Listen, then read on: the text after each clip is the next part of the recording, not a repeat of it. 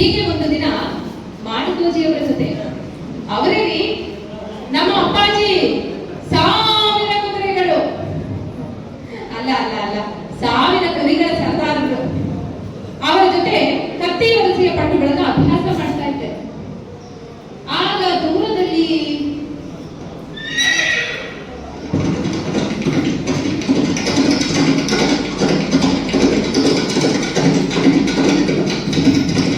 ಕುದುರೆಗಳ ಕುಲಪಟ ಸದ್ದು ಯಾರು ಬರ್ತಾ ಇದ್ರು ಅಂತ ಕಾಣಿಸುತ್ತೆ ವಾಯು ವಿಹಾರಕ್ಕೆ. ಅದನ್ನ ಕಂಡವರೇ ನನ್ನ ಅಪ್ಪಾಜಿ ಕತ್ತಿಯನ್ನ,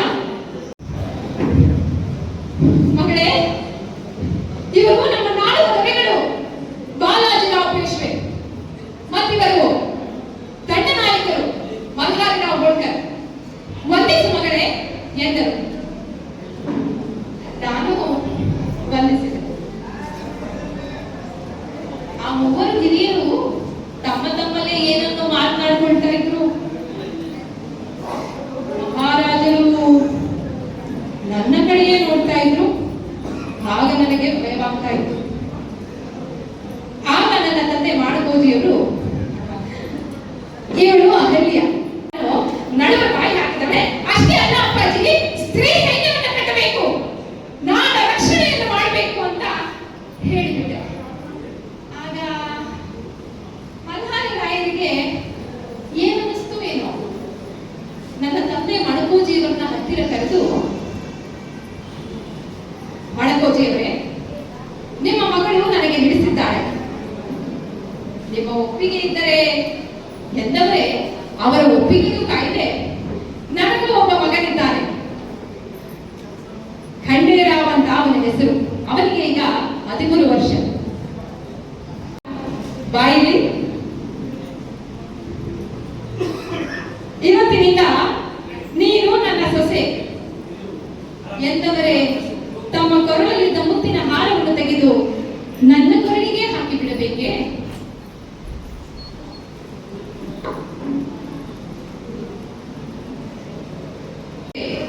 ಆಡಳಿತ ರಹಸ್ಯ, ಸಕಲ ಯುದ್ಧ ಕಲೆಗಳು, ಸಾಮ್ರಾಜ್ಯದ ಬೊಕ್ಕಸ ನಿರ್ವಹಣೆ ಇವೆಲ್ಲವುದರನ್ನು ಕಲಿಯುವುದರಲ್ಲೇ ವರ್ಷಗಳು ಉಳಿದೆ ಗೊತ್ತಾಗಲಿಲ್ಲ. ಇದೆಲ್ಲದರ ನಡುವೆ ಸಾಂಸಾರಿಕ ಜೀವನಕ್ಕೆ ಕಾಲಿಡುವ ಶುಭಗಳಿಗೆ ಬಂದೇ ಬಿಟ್ಟಿತು.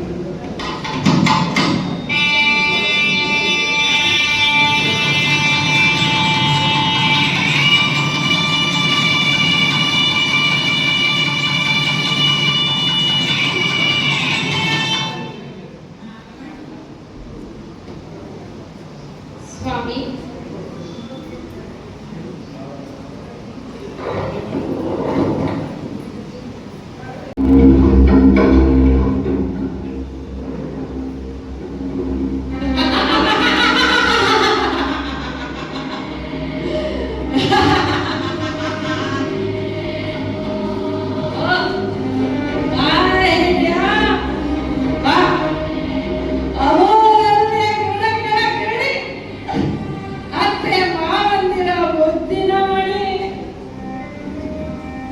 ಸಕಲ ಶಾಸ್ತ್ರ ಪ್ರವೀಣೆ, ಅರ್ಥಶಾಸ್ತ್ರ ನಿಪುಣೆ, ವ್ಯವಹಾರ ಚತುರೆ, ಬಾ ಸನಿಹಕ್ಕೆ ಬಾ.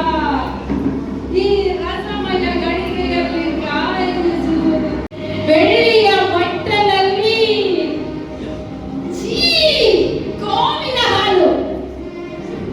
ಈ ರಸ ಗಡಿಗೆಯಲ್ಲಿ ಇದು ನೋವಿನ ಹಾಲು. ಇದರಿಂದ ನನ್ನ ಆಯಾಸ ಪರಿಹಾರವಾಗುವುದಿಲ್ಲ. ಯಾಕೆ ಗೊತ್ತಾ? ಇದು ಶ್ವಾನ ಮಾರ್ಜಾಲಗಳ ಆಹಾರ. ಈ ಬೆಳ್ಳಿಯ ಬಟ್ಟಲಿಗೆ ಮಧುವಿನ ಬದಲಿಗೆ ಮದ್ಯವನ್ನು ಸುರಿಯುತ್ತಾ ಸೋಮ ರಸದ ಸೀಸೆಯನ್ನೇ ಕಾರಹೆಲ್ಯ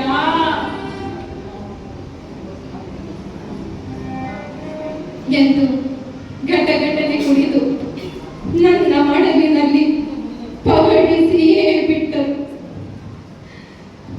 ದುಗುಡ ದುಮ್ಮಾನಗಳೊಂದಿಗೆ ಕಳೆದು ಹೋಯಿತು ಪ್ರಥಮ ರಾತ್ರಿ.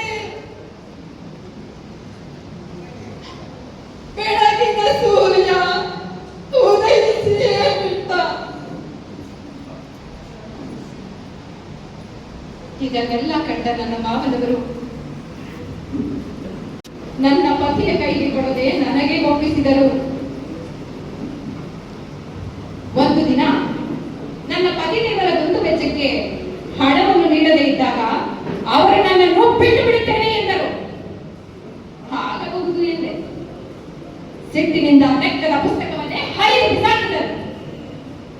ಆಗ ನಾನು ಅವರಿಗೆ 25 ರೂಪಾಯಿಯ ದಂಡವನ್ನು ವಿಧಿಸಿದ್ದೆ. ಮನೆಯಲ್ಲಿ ನಾವು ಸತಿಪತಿಗಳು, ರಾಜ್ಯದ ನೀತಿ ನಿಯಮಗಳಲ್ಲಿ ಅಲ್ಲ ಎಂದೆ. ಅಂದಿನಿಂದ ಪತಿ ಖಂಡೇರಾಯರು ತಮ್ಮ ಎಲ್ಲ ವ್ಯಸನಗಳಿಗೆ ಪಶ್ಚಾತ್ತಾಪ ಪಟ್ಟು ತಿಲಾಂಜಲಿಯನ್ನಿಟ್ಟರು. ಮಾವನವರೇ, ಅವರ ನಿಧನದ ವಾರ್ತೆ ಯಾವ ಕನಸುಗಳನ್ನು ಹೊತ್ತು ಪಯಣಿಸಲಿ ನಾನು.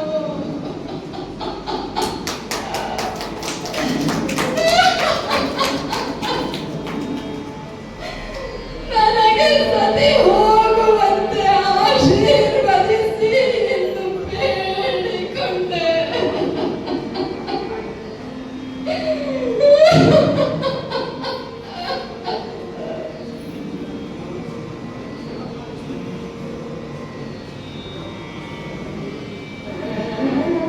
ಅಹಲ್ಯ, ನಿನ್ನ ಮಕ್ಕಳಿಗೂ ಚಿಕ್ಕವರು, ನಮಗೂ ವಯಸ್ಸಾಗಿದೆ.